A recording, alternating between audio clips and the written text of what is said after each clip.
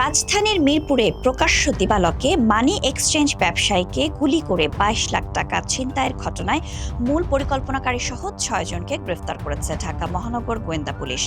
এ সময় তাদের কাছ থেকে লুণ্ঠিত অর্থ, বিদেশি অস্ত্র ও গাড়ি উদ্ধার করা হয়।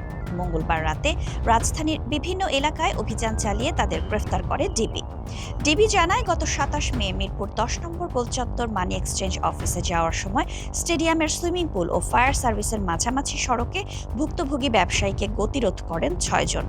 এরপর গুলি ছুড়ে ভুক্তভোগী ব্যবসায়ীর কাছে থাকা ২২ লাখ টাকা ছিনিয়ে নিয়ে যায় দুর্বৃত্তরা। এই ঘটনার তদন্ত করে ডিবি। এরপর ঢাকা থেকে ধরা পড়া একজনের স্বীকারোক্তিতে বিভিন্ন জেলা থেকে বাকিদের আটক করা হয়। প্রত্যেকেই পেশাদার অপরাধী। বিভিন্ন মামলায় কারাগারে থাকার সময় পরিচয় হয় একে অপরের সাথে।